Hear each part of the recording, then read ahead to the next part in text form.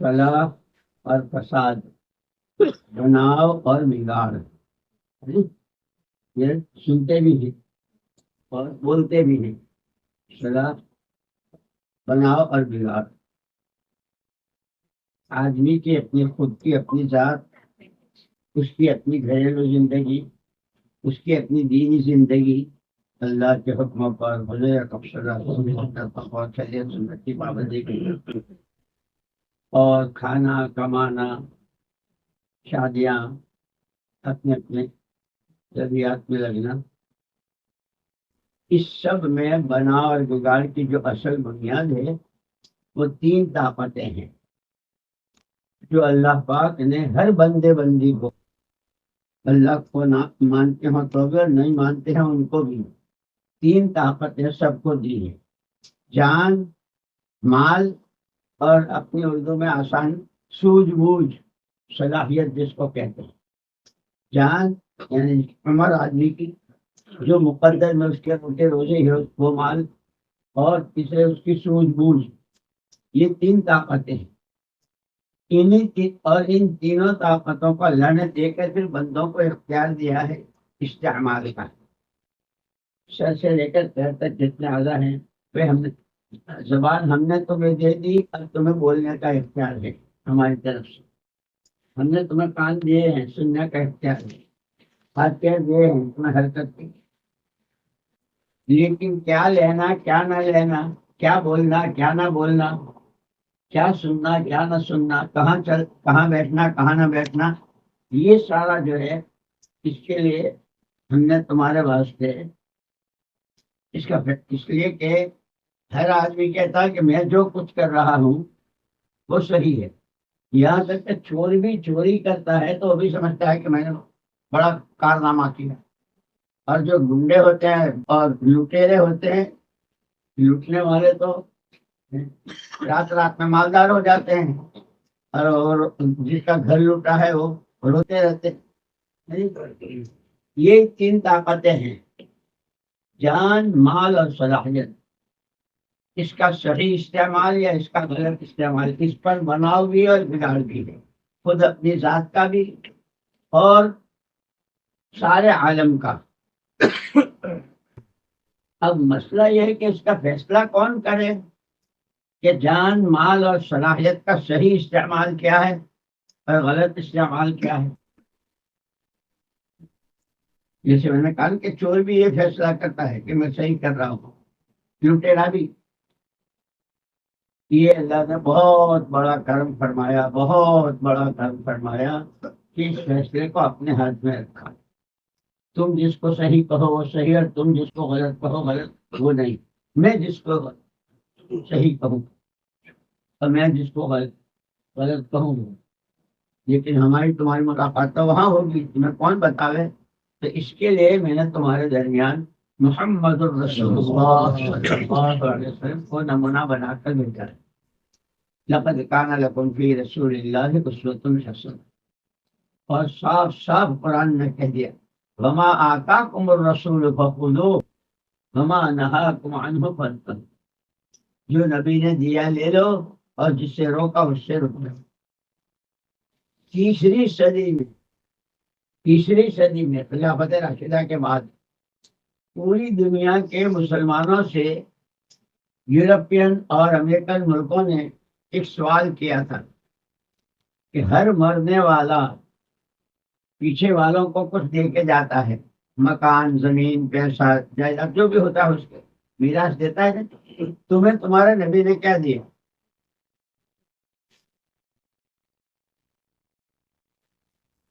پوری امت کی طرف سے کوئی جواب نہیں گیا ان کو، پورے عالم۔ اللہ جل جلالہ عما نوالہ کے ہاں مخلوق جو ہے وہ اس کا کنبہ ہے۔ حدیث پاک میں ہے الخلق عیال اللہ، مخلوق اللہ کا کنبہ ہے۔ ہر آدمی کو اپنے کنبے کے لوگوں سے محبت ہوتی ہے نا، اس محبت میں اللہ پاک نے فرمایا احب الناس الی اللہ انفعهم للناس، اس پورے کنبے میں سب سے زیادہ محبوب اور پیارا اللہ کو وہ ہے جو اس کے کنبے کے لوگوں کو نفع پہنچا۔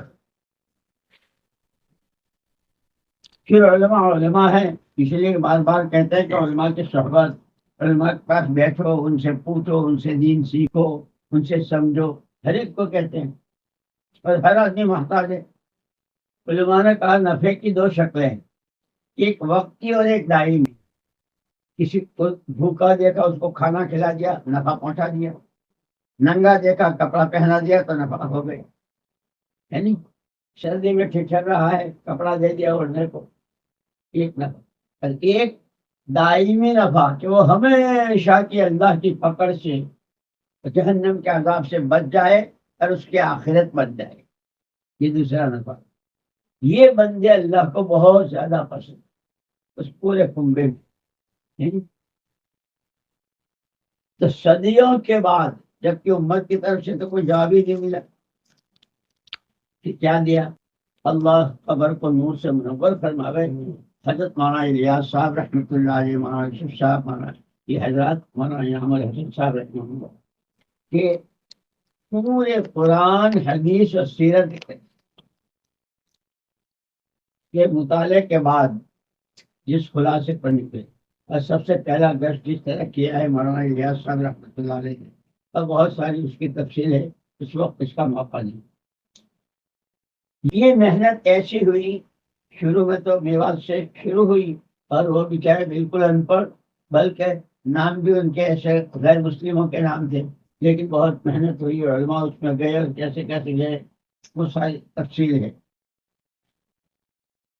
اس کے بعد اللہ نے وہاں سے جو کام چلایا پھر ملکوں تک پہنچا، اور پھر یہاں نہیں، ملکوں میں جنہوں نے سوال کیا، امریکہ نے، روس نے، افریقہ نے، یورپ نے دیکھ لیا کہ یہ ہے، یہ دیا ہے ہم کو ہمارے نبی نے۔ اسی لیے مولانا جی صاحب رحمۃ اللہ علیہ فرماتے تھے ہمارے اس کام کی اصل اس کا خلاصہ اور اس کا اصل مقصد، اس کام کا اصل مقصد ہر امتی کے دل کا رخ مخلوق سے خالق کی طرف، چیزوں سے حضور والے اعمال کی طرف، اور دنیا کی رنگریلیاں اور چکا چوند سے آخرت میں اعمال پر ملنے والے انعامات کی طرف بڑھ گئے۔ یہ مولانا الیاس صاحب رحمۃ اللہ علیہ نے مجھے، آپ کو، اور جو اپنے آپ کو تبلیغ والا اور قرآن اور ذمہ دار جو بھی کہتا ہے، اس کے ہاتھ میں تھرمامیٹر دے دیا ہے۔ کوئی 40 سال سے، کوئی 20 سال سے، کوئی 10 سال سے، کوئی 50 سال سے، یعنی اور تھرمامیٹر کی رشتے داری نہیں ہوتی، ڈاکٹر کی بھی نہیں ہوتی۔ ڈاکٹر کو بخار ہونا تو اس کا بھی بتا دیتا ہے۔ تو یہ تھرمامیٹر دیا ہے مولانا الیاس صاحب رحمۃ اللہ نے کہ 20 سال کی، 10 سال کی کم و بیش اوقات کی اس دعوت و تبلیغ میں چلنے سے اللہ کا غیر دل سے کتنا نکلا، اللہ کی عظمت و بڑائی، اور اسی سے سب کچھ ہونے کا یقین کتنا ہے، یہ ہر آدمی خود اپنا تھرمامیٹر دیکھے۔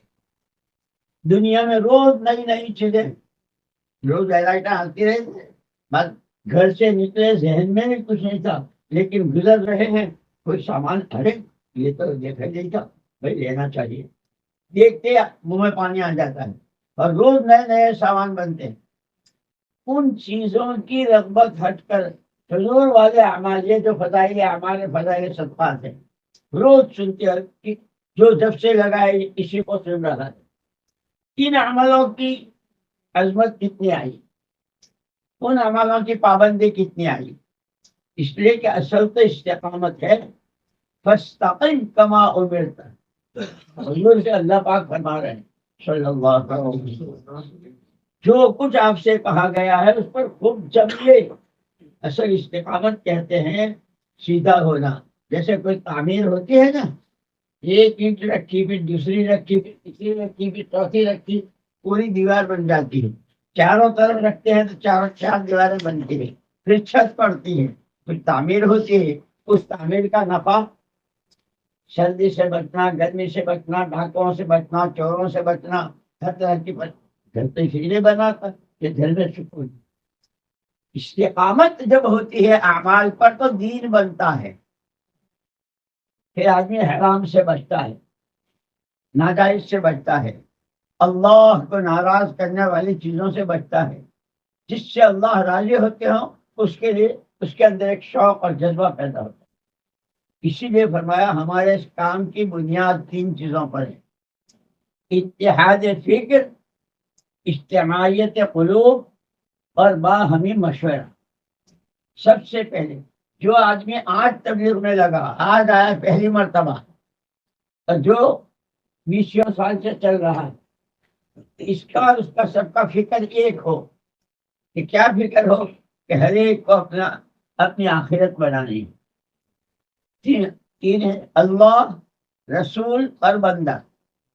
اللہ کو راضی کرنا یہ زندگی کا مقصد ہے، اور حضور پاک صلی اللہ علیہ وسلم نے جتنا اللہ کو راضی کیا ہے کسی نے نہیں کیا۔ اس لیے اتبعوا ھذا النبی الامی، اس نبی کی چال چلو، ان کے پیچھے چلو۔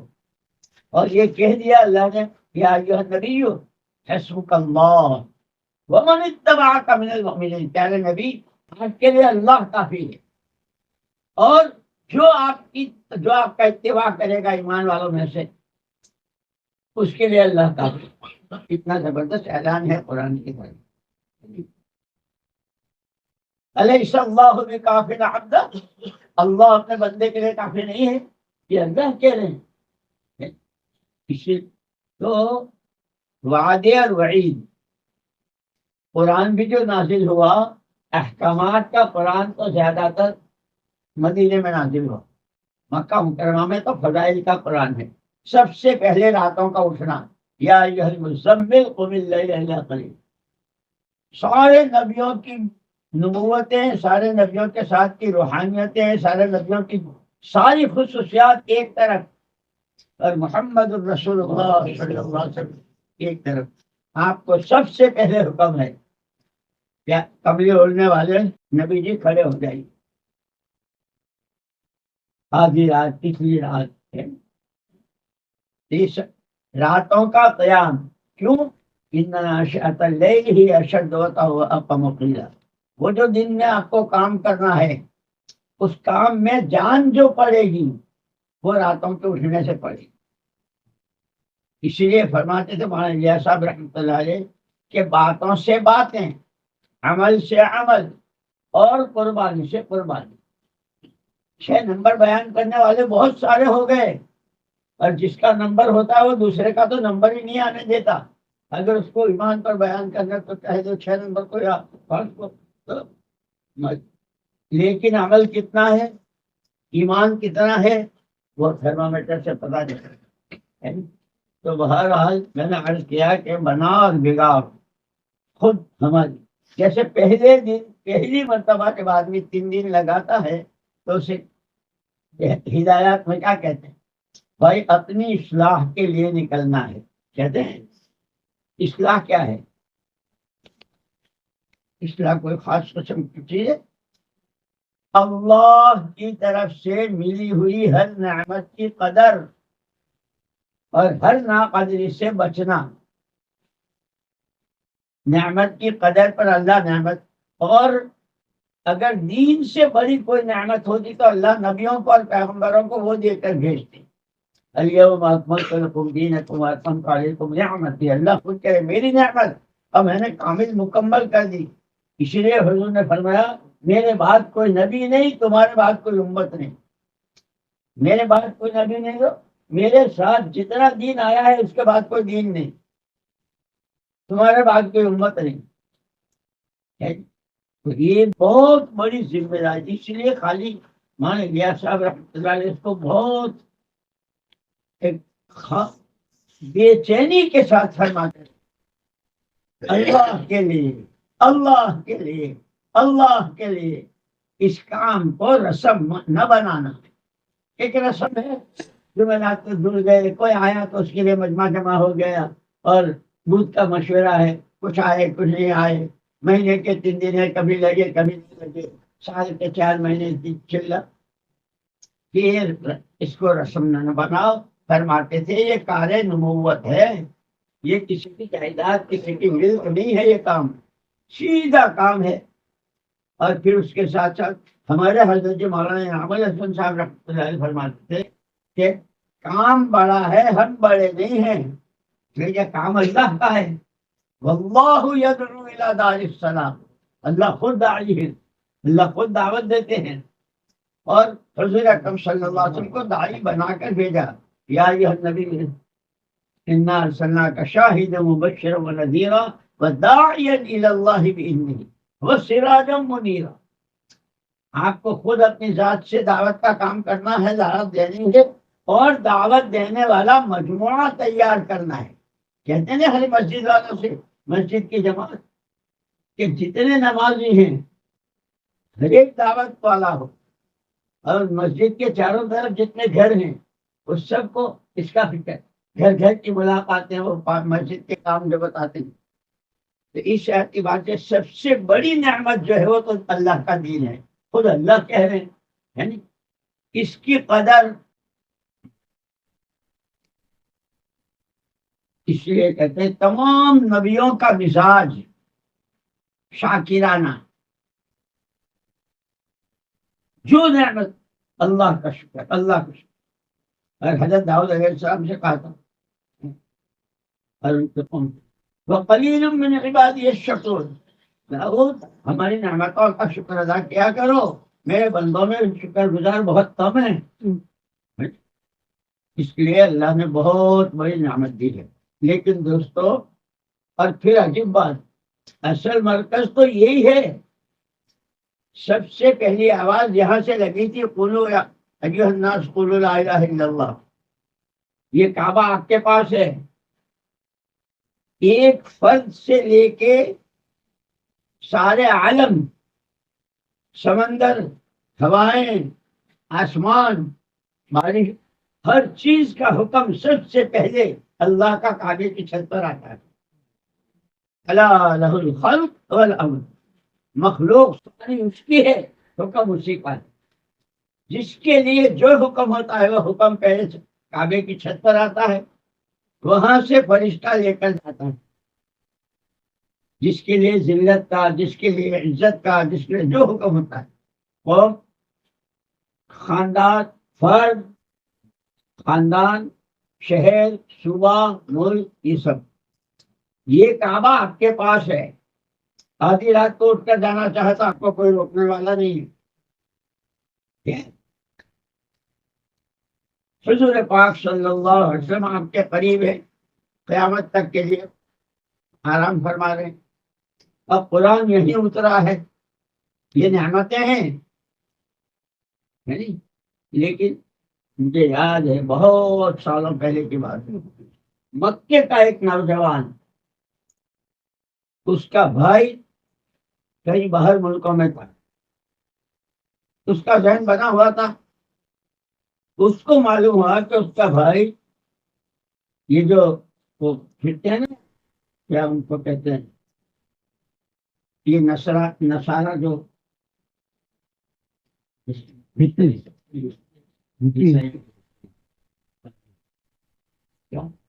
پادری مشنری،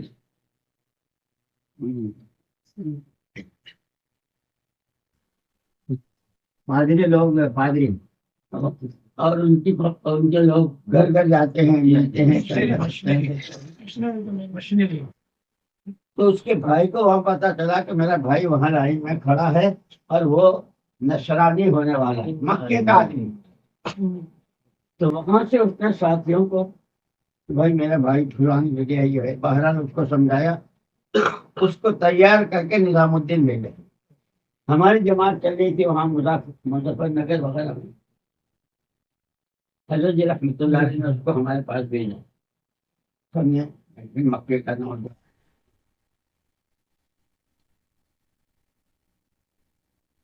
ہم نے اس کو کام میں لگانے کے لیے، وہ بخاری تھا، آج تو بھائی بخاری پلاؤ کھانے کو جو چاہتا ہے تمہیں پکا لو۔ اس نے بخاری پلاؤ پکایا اور کھایا سب نے۔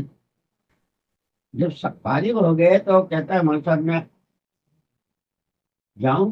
کہاں؟ کہ میں سینما دیکھ کے آؤں۔ سینما یہاں تھا، کیسا گاؤں تھا، چھوٹا سا۔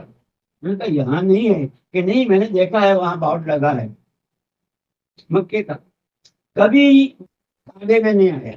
کبھی حرم میں نہیں آیا، کبھی جمعہ نہیں پڑھا، کبھی نماز نہیں پڑھی، لیکن اس طرح تو تشکیل کے اس میں اور فکر سے آ گیا۔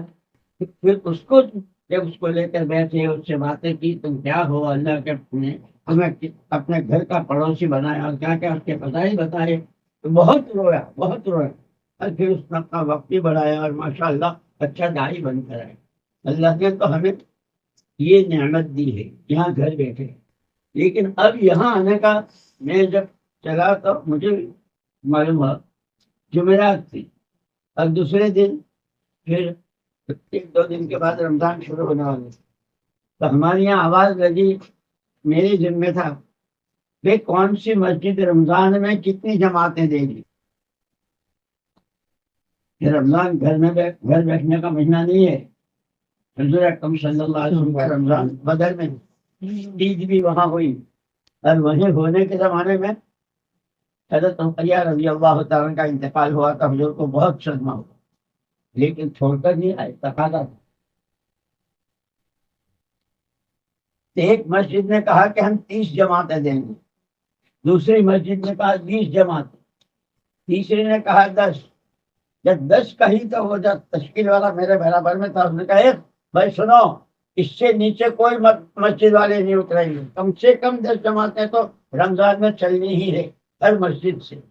اب یہ جتنے ہیں سب مسجدوں والے ہیں، ہر ایک اپنی اپنی مسجد میں ہے نا۔ اس رمضان میں آپ کی مسجدوں سے کتنی جماعتیں نکلی ہو تو آپ جانتے ہوں، میں پوچھوں گا بھی نہیں اور آپ کو معلوم ہوگا۔ ابھی ہم نے کام کو کام نہیں بنایا ہے، اللہ معاف فرمایا، اللہ معاف فرمائے۔ یہاں تو خالص اللہ، رسول اور بندے کی آخرت، 3 چیزیں ہیں۔ اللہ کو راضی کرنا ہے، راستہ اس کا اتبع هذا ان اعبدونی ان هذا صراطی مستقیم، حضور ہی کے راستے سے۔ تو اللہ، رسول اور ہم بندے، ہماری آخرت کا مسئلہ ہے۔ صحابہ جہاں بھی گئے انہوں نے بھی یہی کہا، لیکن یہاں جس نے، اور مسئلہ سارا نیت کا ہے، جو جس نیت سے، انما الاعمال بالنیات، تمام اعمال کا دار و مدار نیت۔ بخاری شریف کی پہلی حدیث یہی ہے، اور آخری جو بیان کے دوسری جلد جہاں ختم ہوئی ہے وہ قیامت، ترازو، اعمال کا تولا جانا، وہ سارا بیان کیا ہے۔ بیچ میں ساری شریعت اور احادیث ساری بیان کی گئی۔ اصل مسئلہ ہے نیت کا۔ یہاں رہ کے نوکری بھی کریں گے، کاروبار بھی کریں گے، لیکن صرف اس لیے کہ بس یہ مولانا انصف صاحب رحمۃ اللہ علیہ فرماتے تھے، اس کام کو کام بناؤ۔ کہ کام کو کام بناؤ کا کیا مطلب؟ سارا سب کچھ چھوڑ دو، بھی بچے سب چھوڑ دو، نوکریاں چھوڑ دو؟ نہیں، اس کو رمضان مبارک ابھی گئے کہ رمضان کی ترتیب پر لے آؤ کہ رمضان میں کیا ہوتا۔ بعض مرتبہ آدمی کی آنکھ نہیں کھلی اور پانی پینے تک کا وقت نہیں، پانی پیے گا تو روزہ نہیں ہوگا، بغیر پانی پیے روزہ رکھتا ہے۔ کہ اس محنت کے تقاضوں کو اتنا مقدم کرو کہ اپنے تقاضے کبھی پیچھے بھی رہ جائے، اور وہ قربانی سمجھی جاتی ہے۔ اگر اس کے تقاضوں کے لیے اپنے تقاضوں کو مؤخر کرتے ہیں تو اللہ کے ہاں قربانی قرار دی جاتی ہے، اور قربانی اللہ کو سب سے زیادہ پسند ہے۔ سارے نبیوں سے قربانیاں دلوائی ہے، کیسی کیسی قربانیاں نبیوں، اور حضور کی قربانیاں۔ شہر ابی طالب آپ تو یہیں کے تھے، مکے کے تھے، یہیں پیدا ہوئے، سارا خاندان یہاں ہے، پورا قریش۔ 2.5 سال تک شہر ابی طالب میں پانی بند، کھانا بند، بچے رو رہے ہیں، لیکن حضور جمے ہوئے۔ پھر تبوک، بدر، احد، خندق، یہ ساری سیرت آپ لوگ تو یہاں رات دن پڑھتے ہو، سنتے ہو، فضائل میں بھی حیات الصحابہ بھی، حکایت صحابہ بھی۔ یہ دوستوں مسئلہ خالی مجموعہ جمع ہو جانے کا نہیں ہے۔ جیسے ہمارے مولانا ابراہیم صاحب اللہ ان کے عمر میں برکت دے فرماتے رہتے ہیں، کام کام کام، تو کام کی تسبیح پڑھنے سے کام نہیں ہوتا، ایک آدمی 1000 لانے کی تصویر لے لے، کام کام کام کام کام، ہو گیا لکھ پتی لکھ پتی، کروڑ پتی کروڑ پتی، ہو گیا. تو باتیں ہیں، یہ جتنی ہیں باتیں ہو رہی ہے. گشت کے وقت میں گشت ہونا، شہ روزہ لگنے کے دنوں میں شہ روزہ لگانا، چلے کے وقت میں چلا، یہ تینوں طاقتیں جو ہے جان مال اور صلاحیت، اس کی صحیح ترتیب بنانے کے لیے ہمارے بڑوں نے ہم کو بہت آسان روزانہ، ہفتے واری، ماہانہ، سالانہ، انفرادی، اجتماعی، یہ سارے اعمال دیے ہیں. اب ہر ساتھی اپنے بارے میں خود فیصلہ کر سکتا ہے کہ میں کب تقاضا آیا اور میں نے اس تقاضے کے لیے کتنی جان کھپائی اور کتنی جان بچائی، کتنا مال لگایا اور کتنا بچایا. اپنی صلاحیت کو میں نے کہا، میں ایک مثال دیا کرتا ہوں کہ لوہا ہے نا، لوہا اتنی وزنی چیز ہے کہ پانی پر رکھو تو ڈوب جائے گا، لیکن صلاحیتیں جب استعمال ہوئی ہے لوہے پر تو لاکھوں ٹن لوہا ہواؤں میں اڑ رہا ہے. جہاز ایک دن میں کتنی فلائٹیں پوری دنیا میں چل، اور کتنے پانی کے جہاز. صلاحیت لوہے پر، لکڑی پر، مٹی پر، پلاسٹک پر کیسے کیسے کھلونے بن رہے ہیں. اور کھلونے گھروں میں لا تو مجھے یاد آ گیا بنگلہ دیش کا اجتماع تھا، کئی ہزار عرب تھے اس میں، اور سب بار بار بار بار حضرت پر تقاضا کہ آپ بیان فرمائے. تو بھائی میں بیان یہ کیا کرتا ہوں، ہمارے ساتھی ہیں وہ آ جائیں گے. وہ لوگوں نے بہت جب اشرار کیا کہ حضرت صرف آپ تشریف لے آئے، عربوں کا مجمع بہت بڑا ہے، 7-8 ہزار عرب تھے، صرف حضرت تشریف لائے. عجیب بات کرنا کہ جیسے ہم یہ پڑھتے ہیں سنتے ہیں بچپن سے کہ جو مصنف کتاب لکھتا ہے نا، جو کتاب لکھتا ہے اس کا اندرون اور اس کی روح اس کتاب میں منتقل ہو جاتی ہے. اس کے اندر کا جذبہ کیا ہے، اس کی نیت کیا ہے، اس کا اخلاص کیا ہے، وہ اس کتاب میں آ جاتا ہے، اس کا اثر ہوتا ہے. فرماتا ہے کہ یہ جتنے کھلونے اور جتنے چیزیں بنتی ہے، یہودیوں کے ہاتھوں بنا ہوا، نصارہ کے ہاتھوں بنا ہوا، مشرکین کے ہاتھوں بنا ہوا، ملحدین کے ہاتھوں بنا ہوا، ان کے جذبات.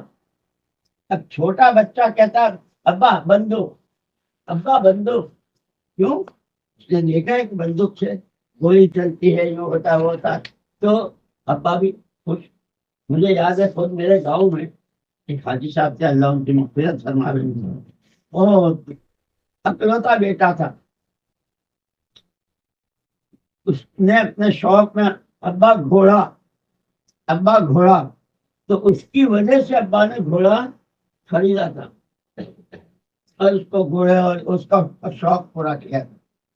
تو یہ جو کھلونے اور کیا کیا اور سامان، کہ کتنا وقت لگتا ہے، کتنا پیسہ لگتا ہے، اور کیسی کیسی صلاحیتیں استعمال ہوتی ہیں. اس وقت پوری دنیا کا جتنا رونا ہے اور جو بگاڑ ہے تمام انسانوں میں، اور اس میں ہمارے تو پہلا ہی نمبر ہے امت کا.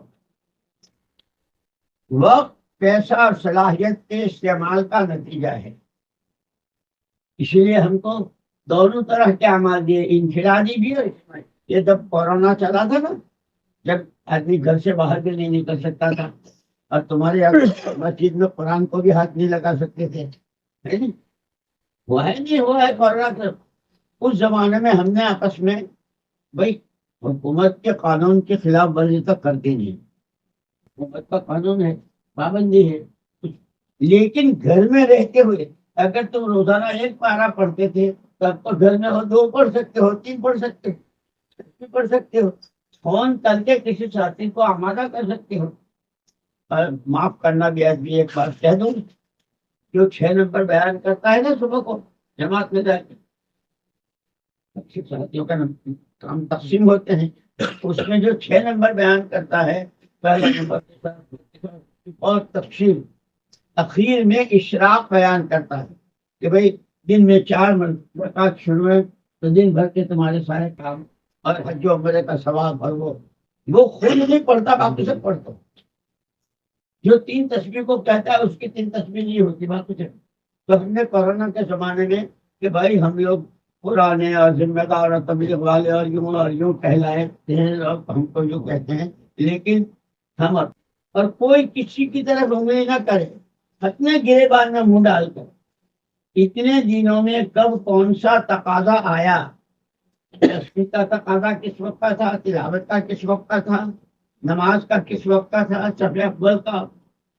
کہ اگر لوگوں کو پتا چل جائے شفع افضل کے ثواب پر تو لوگ پورا اندازی کریں، دوڑ کر آئیں. لیکن اس کا اہتمام یہ وہ مجمع ہے کہ سراجم منیرا. کیا تھا سراجم منیرا؟ کہ آپ کی اپنی ذات بابرکت تو ہے ہی، آپ کو خود اپنی موجودگی میں ایک ایسا مجموعہ تیار کرنا ہے جس میں مرد، عورتیں، بچے، عوام، خواص، جو قلب و قالب، جسم و روح، اندر باہر، جسم روح، ہر اعتبار سے آپ کے رنگ میں رنگا ہوا ہو. مثال دیا کرتا ہوں کہ جیسے ایک چھوٹا بچہ ہے، اس کو اے لڑکے یہاں تو فلانے کا بیٹا ہے کیا؟ جی وہ میرے ابا ہے. ہاں تیری شکل صورت بتاتی ہے تیرے ابا جیسی. حضور پاک صلی اللہ علیہ وسلم کا تعارف ہوتا تھا امت سے، یہ محمدی ہیں، ان کے گھر کی شادی، ان کا ولیمہ، ان کی دلہنوں کے اما جان حضرت عائشہ صدیقہ رضی اللہ تعالیٰ عنہ کے پاس ایک قمیص تھی یا کرتی کہہ دو، 20-30 انصار کی لڑکیوں کی شادیاں اس ایک قمیص میں. گھر والے لے جاتے تھے، اسے دلہن بنا کے رخصت کر دیتے تھے، واپس آ جاتے. اب ہم دیکھیں ہمارے یہاں کی، اور حضور اکرم صلی اللہ تعالی علیہ وسلم نے ہجرت کے بعد سب سے پہلی چیز جو شروع کی تھی وہ حیا، یعنی اسلامی معاشرت، حیا اور شادی ہے. اور مجھے تو اب یاد 1964 میں مولانا یوسف صاحب رحمۃ اللہ علیہ نے بیان کیا تھا مدینہ منورہ میں، نتیجے میں تو اس میں یہ بیان میں نے پڑھا میرے کام کہ حضور نے جب یہ اسلامی معاشرت شروع کی یہودیوں کو بہت چوبی، کیونکہ وہ تو پہلے دن سے قرآن نے کہا ہے ان کو تو حسادہ بغیم بینہم. تو کچھ لڑکیاں بیٹی ان کے اپنے لباس میں، ان کے اپنی وضاحت میں، اور ایک خط لکھا ایک یہودی کے نام جو مدینہ منورہ سے باہر رہتا تھا، وہاں قبیلے ہوتے تھے. اللہ کا کرنا وہ خط ہاتھ لگ گیا حضرت ابو ایوب انصاری رضی اللہ تعالیٰ اس کے حضور کے میزبان تھے. وہ اس خط کو لے کر آئے حضور اکرم صلی اللہ علیہ وسلم. دیکھا آپ نے فرمایا کہ ہاں یہ تو ان کے اندر تو پہلے دن سے ہے، اس لیے کہ وہ یہ چاہتے تھے جتنے انبیاء بنی اسرائیل وہ سارے حضرت اسحاق علیہ السلام کی نسل میں، اور ایک تمام نبیوں کے سردار وہ حضرت اسماعیل علیہ السلام کی نسل میں. یہ ان کو بہت چپتی تھی کہ تو اتنا بڑے نبی ہمارے یہاں ہونے چاہیے تھے، جب سے ان کو اور اس کی وجہ سے ان کو اب یہ چیزیں ان کے کپڑے، ان کے جیسے کھانا کھانا، گھومتے ہوئے ولیمہ ہونا، تو سب ہوتا ہے نا. کون کرتا ہے؟ فرشتے کرتے ہیں، غیر مسلم کرتے ہیں، ہم کرتے ہیں. یعنی بہت دور جا چکے ہیں، بہت دور جا چکے ہیں. یہ تو صدیوں کے بعد اللہ پاک نے وہ کہا نا قرن اول کا ہیرا مولانا انڈیا صاحب رحمۃ اللہ علیہ کہ کام کیا ہے، کام کیا ہے کہ یہ تو قرن اول کا ہیرا ہے. اور اس لیے مجھے یاد آتا ہے ہمارے مولانا ولی صاحب رحمۃ اللہ علیہ جو نظام الدین کبھی کبھی سفر میں ہوتے تھے، ہے تو صحابہ پڑھتے تھے، صبح کا بیان بھی کرتے تھے. کبھی کبھی دعا میں بہت گر گراتے ہو، اے اللہ اے اللہ اے اللہ، کئی مرتبہ اے اللہ اے اللہ، ایک دفعہ پورے عالم میں قرن اول کی لہر دوڑا کہ کیا تھا قرن اول میں. ہر ایک اپنے دین سے واقف، درزی کے لیے کیا حلال کیا حرام، جوتا بیچنے والے کے لیے، زمیندار کے لیے، تاجر کے لیے، بتایا نا شریعت نے. ہر ایک اپنے دین سے 100% واقف، اس پر عمل پیرا اور اس کا داعی. پوری امت ایسی تھی، مرد بھی اور عورتیں. لیکن وہ اتنی دور ہوئی کہ اب امت نے اپنا سبق ہی بھول گئی. آپ کو جس جگہ اللہ نے رکھا ہے آپ کی ذمہ داری.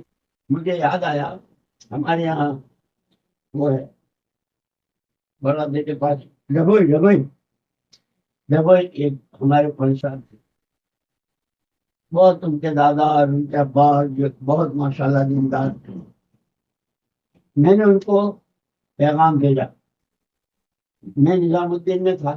میں نے ان سے کہا اچھا وہاں ایک فرقہ ہے مہدوی، تو بہت سے لوگ. میں نے کہا مولوی صاحب، کوئی مولانا لیا صاحب رحمۃ اللہ علیہ فرماتے تھے ہر فرد امت کے ذمے پوری امت ہے اور پوری امت کے ذمے ہر فرد ہے. تو میری بھی ذمہ داری تو ہے، لیکن تم جہاں ہو وہاں جو کچھ ہو رہا ہے اس کا سوال جواب تمہیں پہلے اللہ جزائے خیر دے. وہ بڑے صاحب نے بات کو اپنا لیا. کتنے اس فرقے میں اور کتنے بیچارے مرتد جیسے ان پر محنت کر کے انہوں نے پھر مجھے بتایا اتمان الحمدللہ یہ کیا اور سیدھے راستے پر آتے. آپ تو یہاں ہو، سارا عالم یہاں آتا ہے. اور دیکھو تو دروازہ کہتے ہیں، یہ تو باب مکہ ہے. آپ حضرات کی قربانیاں، آپ حضرات کا اہتمام، آپ حضرات کا اس کام کے تقاضوں کو اپنے ہر تقاضے پر مقدم کرنا، یہ خود دوسروں کے اندر آپ کی فکروں سے جائے. اسی لیے مولانا اسحاق صاحب رحمۃ اللہ علیہ نے ایک مرتبہ یہاں تک فرمایا کہ خالی آنے جانے کا نام تبلیغ نہیں ہے.